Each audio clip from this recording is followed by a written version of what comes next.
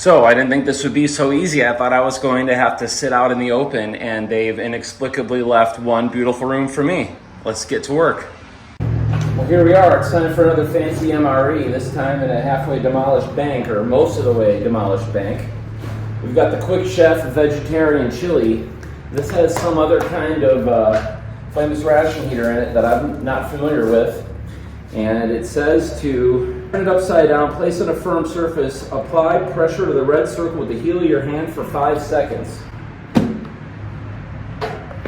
Oh wow, a puff of magic smoke just came out. And then it says turn the right side up, give it a shake. This thing is really heavy, but when I look at the actual weight written on the package, it says 10 ounces, so I think a lot of the weight is the packaging and whatever kind of heater is in here.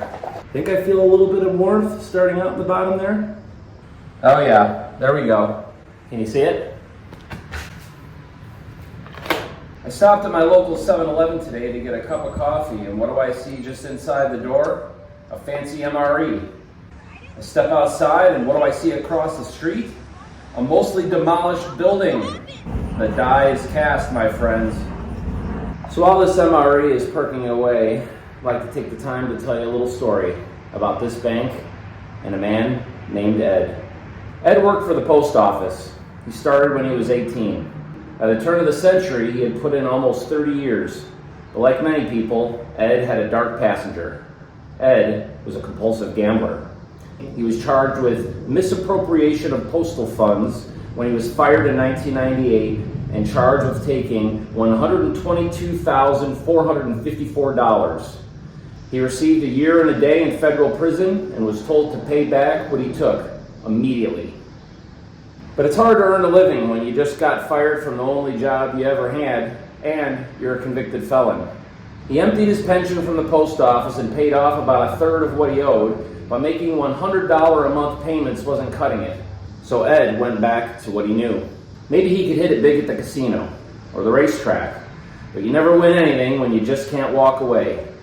So about a decade after his release from prison and at the end of his rope, Ed threw in the towel. So he went down to his local bank and cashed his meager paycheck. He came back later that day and robbed the bank. He was racked with guilt, but he got away with it. As it is with most things, the second time is always easier. He robbed a different bank just a couple miles away from here, also in Wooddale, and on it went. About 2.5 years after this started, Ed came here to 333 West Irving Park Road and robbed the place for a little over $1,000. He came back here for his 9th and final robbery on September 11th, 2014. He got pinched later that day. The gig was up. He confessed to everything, sat in prison for almost 4 years awaiting the inevitable conviction and subsequent sentencing. He got 78 months and had already served 34. He was released from prison in March 2020 at the age of 68. Later that year, U.S. Bank decided to close a number of their facilities in the area. The following spring, the village purchased this property, and now 2.5 years later, they're doing the deed, tearing the place down. I wouldn't be surprised if in another week, this room I'm sitting in is gone. This room is smelling a bit funky. It rained really hard yesterday, and the roof looks dry, and this carpeting is wet, so it smells like damp basement. But I grew up in damp basements, doesn't bother me. We have got a very unique sport type situation. It's a, what do you even call this? It's like a paddle. And they gave us some S&P. So that's kind of interesting. They're kind of saying our food is bland, you're gonna need it. Let's have a look at our vegetarian chili. I'm guessing it's been around 12 minutes. It feels warm. Oh yeah, this thing is fit to burst. I'm guessing we're gonna get a big puff of steam here. Well, that's hot. Whoa, nice hiss. Ooh, the smell of tomato sauce is very strong right away. So it looks kind of like a big pot of marinara. And the interesting thing is, so this bowl is damn near 2.5, 3 inches deep. The actual, the actual food is like 3/4 of an inch deep. So look at this, like I can immediately scratch the bottom. It's so shallow, it's a really small serving. This is a very inefficient heater. This thing is super heavy. It says it's only 10.5 ounces of food, but I should have weighed it. It's got to weigh like 2 pounds. But it doesn't really smell like chili. Let's have a crack at this.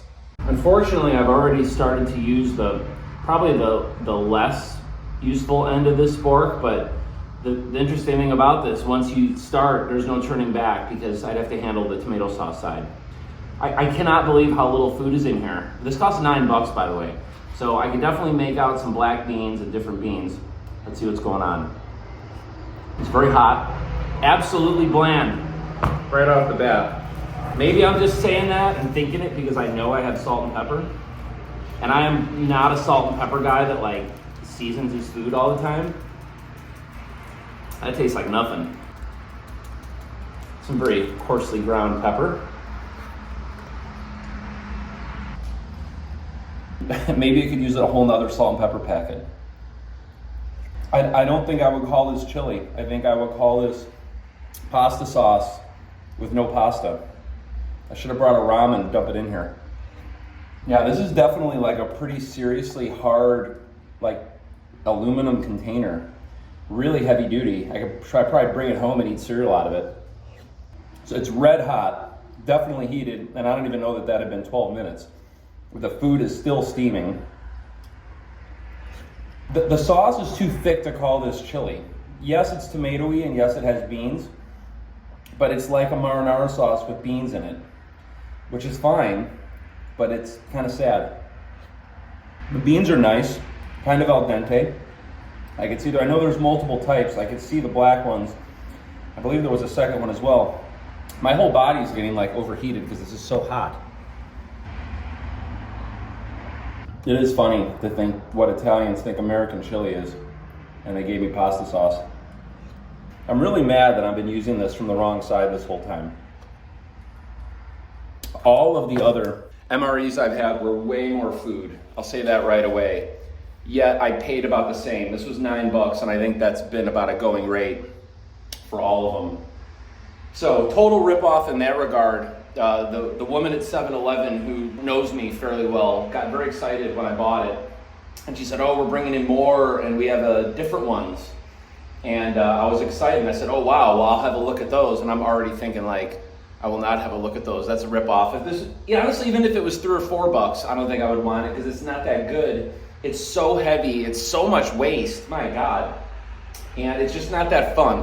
At least with a ramen, you've got like a whole bunch of different packets of stuff and things like that, and here you just got your tomato sauce and beans.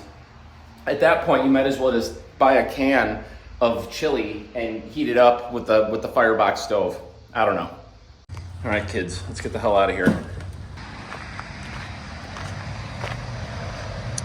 What lessons do we walk away with today? Number one, stay away from these self-heating meals you find down at 7-Eleven that feel like they weigh 17 pounds because they probably have 17 ounces worth of food. Second of all, not everybody that robs a bank is John Dillinger. Some people just get stuck in a hole gets deeper. Try to find your way out of that hole, gets deeper still, then there ain't no getting out. Thanks for sticking around. Catch you in the next one.